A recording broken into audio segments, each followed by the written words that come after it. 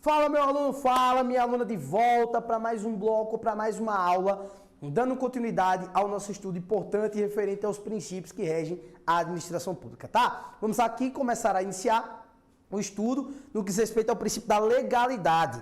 A bem da verdade, nós sabemos que estaremos estudando a partir de agora os princípios expressos que regem a administração pública, ou seja, nós estaremos falando acerca do princípio da legalidade, da impessoalidade, da moralidade, da publicidade, da eficiência, sendo que o princípio da eficiência, como eu já pontuei diversas vezes, não é um princípio originário, não nasceu em 1988. É um princípio que apenas foi incluído na Constituição Federal em 1998 pela Emenda Constitucional 19, beleza? Estou ratificando isso, eu estou batendo muito firme nesse ponto, porque muito provavelmente você vai encontrar questões de prova no seu certame que vão exigir isso de você.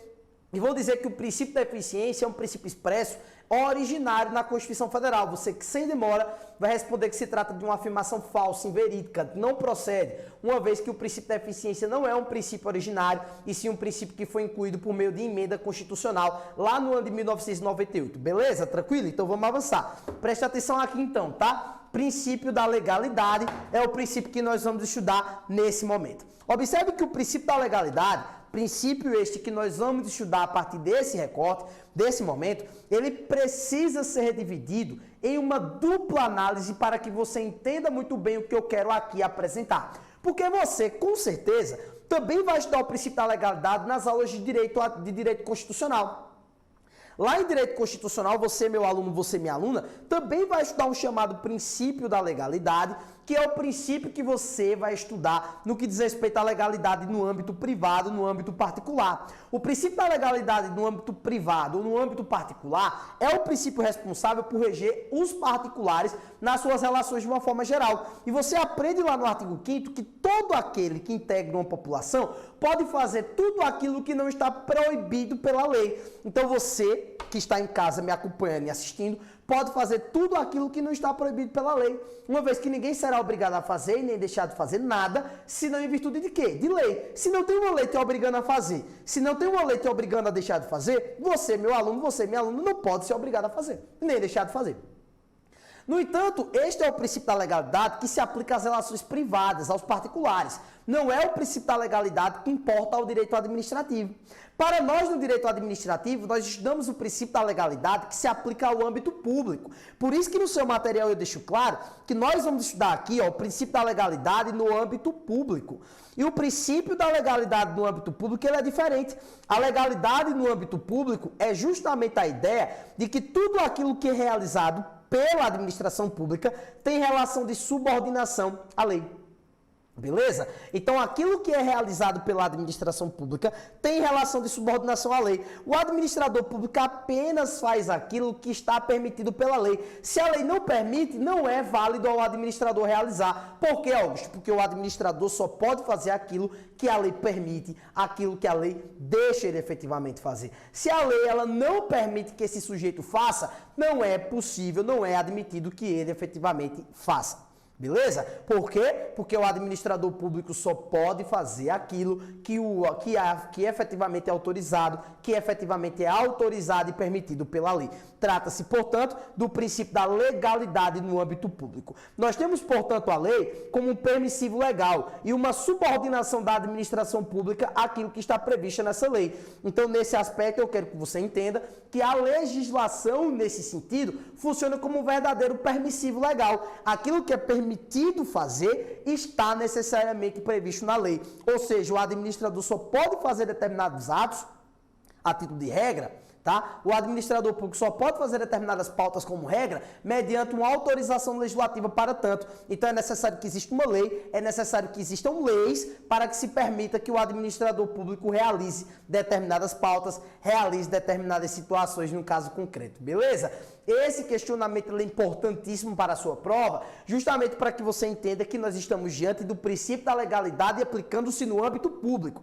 E no âmbito público, nós estamos organizados de maneira diferente ao âmbito privado. Repito, o princípio da legalidade determina que existe a necessária exigência de um permissivo legal para que o administrador apenas faça aquilo que está permitido pela lei.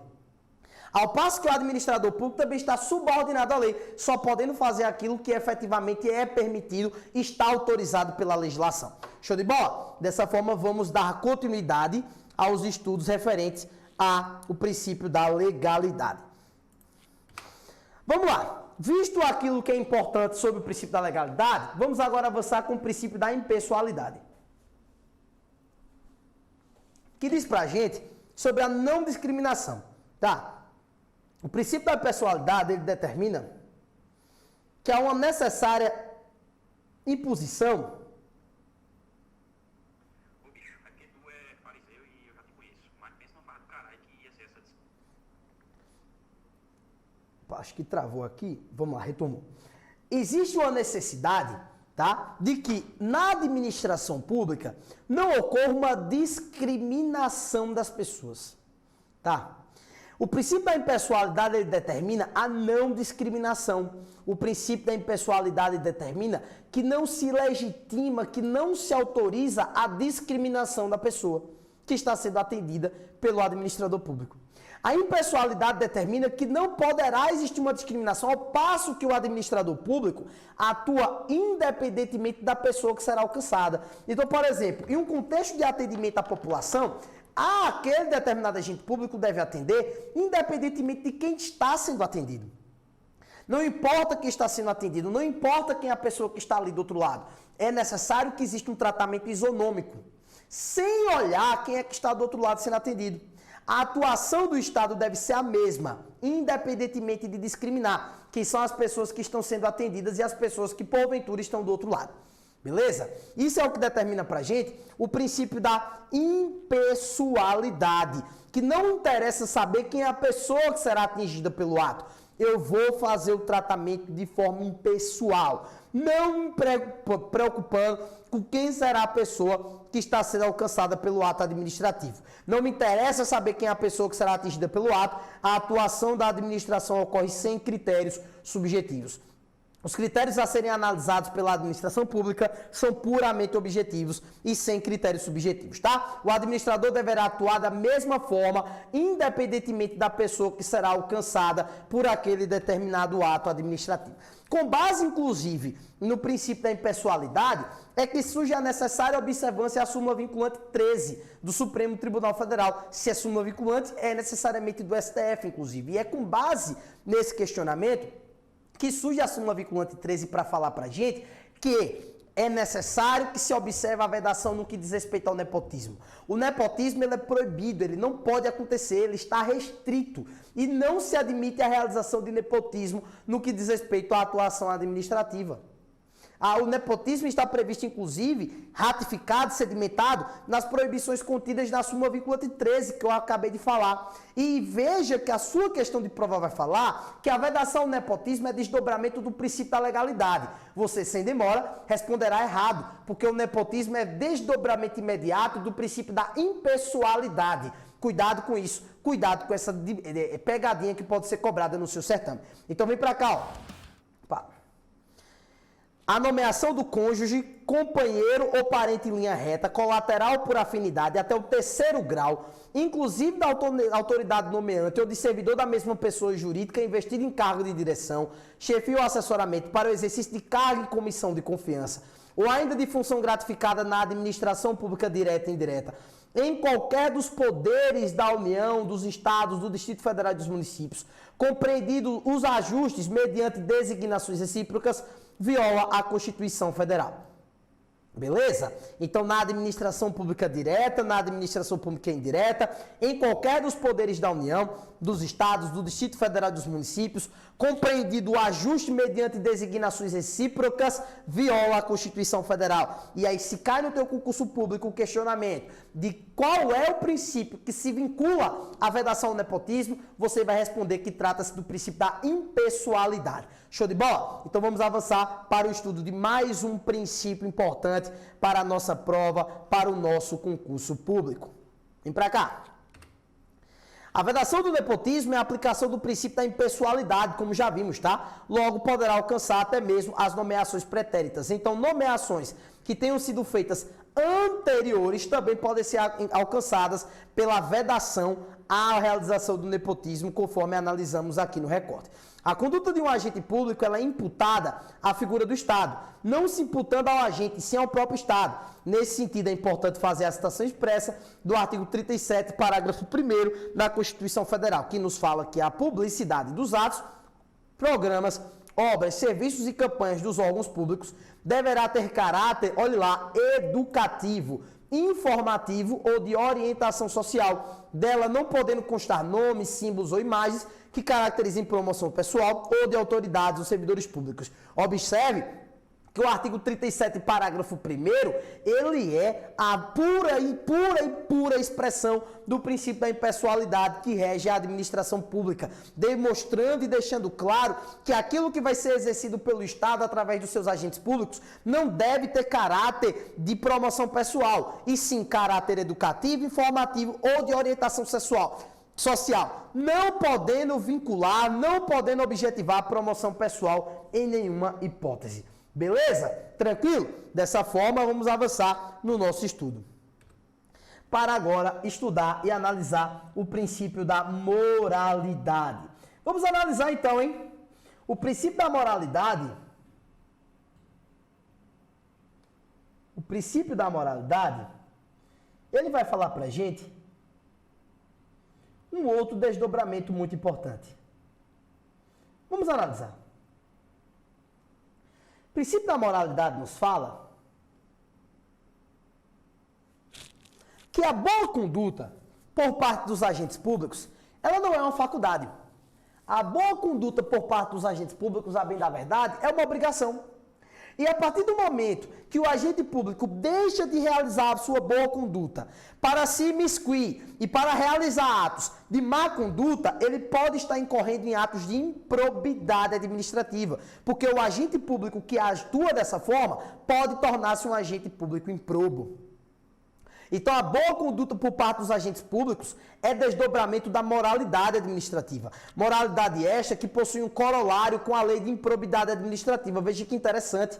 Então, a moralidade, princípio expresso da Constituição Federal, elencado no artigo 37 da nossa Carta Maior, tem um corolário na lei de improbidade administrativa, de modo que os atos realizados pelo administrador público que violam o princípio da moralidade podem tornar-se atos de improbidade administrativa com base no artigo, na Lei 8.429 do ano de 1992. Outro desdobramento extremamente importante para o teu concurso público é o de destacar que a moralidade jurídica não pode ser confundida com a moralidade de ordem social. A moralidade posta no artigo 37 da Constituição Federal é a moralidade jurídica e não a moralidade social. Moralidade social é aquela que tem viés social, que analisa os costumes da sociedade de uma forma ampla e geral. A moralidade prevista no artigo 37 como princípio que rege a administração pública é a moralidade jurídica, aquela que está com viés, com corolário no próprio princípio, na própria lei de improbidade administrativa. E é esse viés que eu quero apresentar para você, que eu quero demonstrar para você, o viés que está enraizado, que está previsto na moralidade administrativa, é a moralidade jurídica, com raiz firmada lá no princípio, nos princípios que regem a administração pública e na lei de improbidade administrativa. Beleza? Trata-se, portanto, da necessária boa conduta, da probidade do agente público junto à administração, e não de uma moralidade social. Tranquilo? Então vamos agora avançar. Para que você não confunda moralidade jurídica com a moralidade social, nós trazemos aqui um exemplo básico para que isso se desdobre nos teus cadernos de resumo, tá? Veja que João, agente público federal, foi encontrado praticando ato sexual na repartição pública que atua. João é agente público federal, olha, e ele foi encontrado praticando ato sexual na repartição pública que trabalha. De acordo com a Lei 8.112 de 90, João deverá ser demitido, pois praticou um ato de conduta escandalosa. João praticou conduta escandalosa e, portanto, deve ser demitido. Sendo que esta demissão de João este que praticou ato sexual na repartição que trabalha, esta demissão de João não deve ser decorrente da moralidade social, e sim da moralidade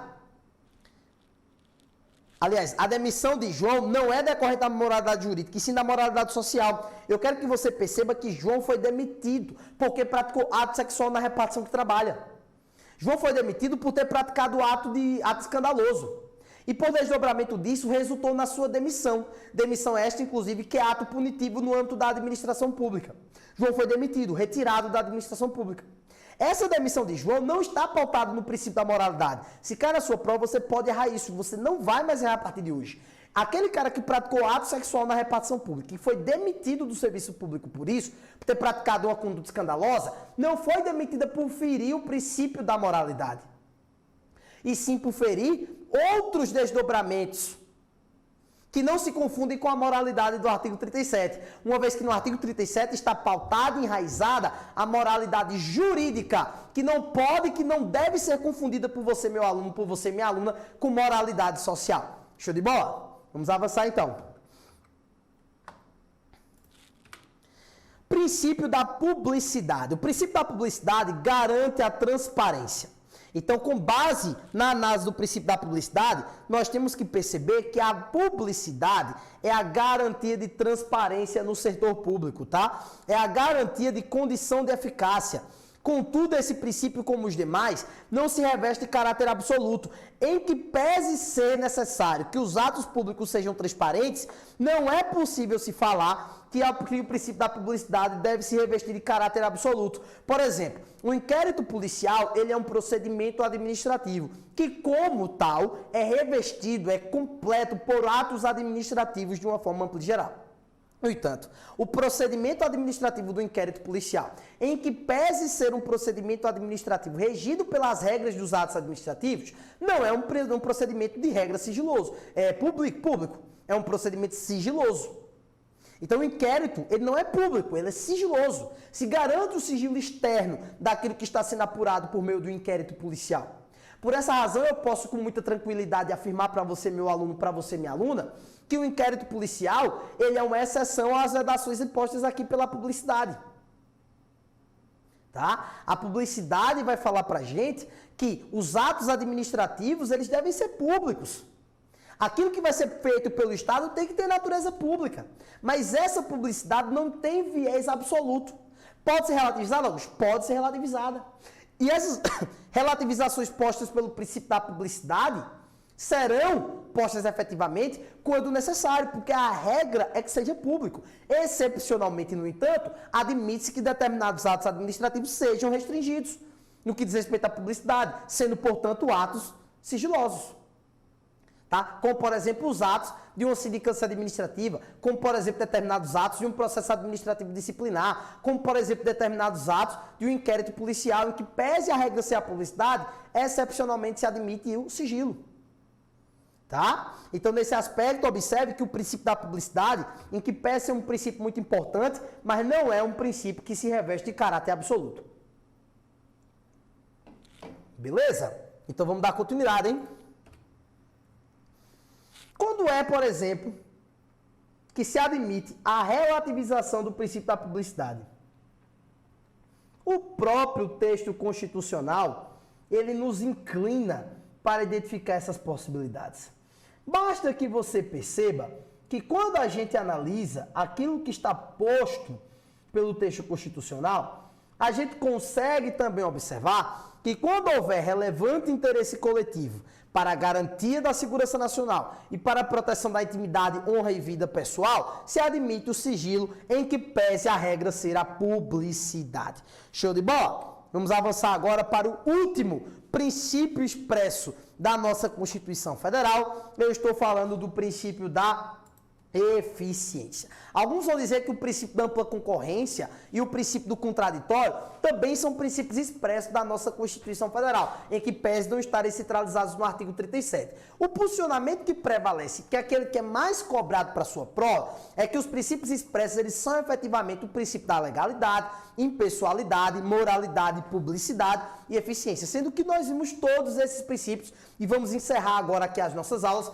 com o estudo do princípio da eficiência. No próprio próximo bloco de aulas, nós vamos dar continuidade com o estudo dos princípios implícitos, que são aqueles princípios que, em que pese não estarem expressos no texto constitucional, parte da interpretação autorizada dos professores de direito administrativo. Eu quero falar dos doutrinadores, por exemplo, do Eli Lopes Meirelles, da Maria Silva Zanella de Pietro, do José dos Santos Carvalho Filho e de outros professores tão relevantes e importantes quanto, que falam sobre os princípios implícitos, como é o exemplo do princípio da proporcionalidade, como é o exemplo do princípio da razoabilidade, princípio da segurança jurídica e tantos outros, que constituem o conjunto de princípios implícitos da administração pública.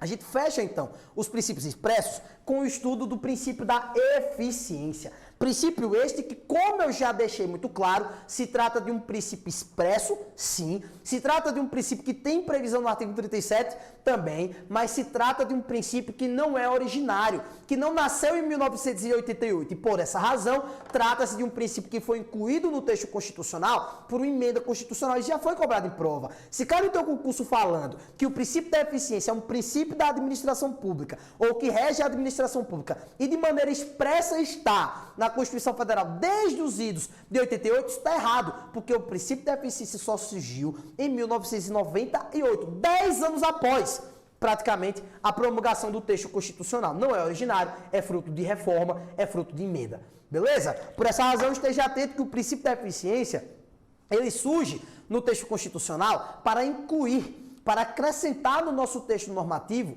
uma importante revolução na ordem administrativa brasileira.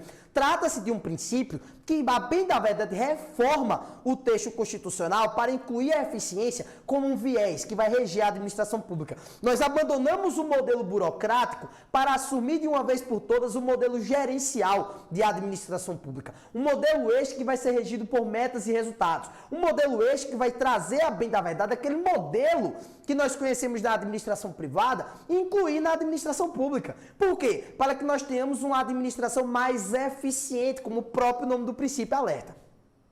Por desdobramento do princípio da eficiência, nós também temos uma série de criação de instrumentos que se desdobram deste princípio, como, por exemplo, a criação do estágio probatório, tá? Que tem como objetivo principal analisar se o administrador público, aliás, se o agente público está ou não sendo eficiente para a administração pública e tantos outros instrumentos tão relevantes quanto o estágio probatório, que se desdobram da ideia de eficiência para analisar se o administrador público, se os agentes públicos efetivamente estão sendo efetivos.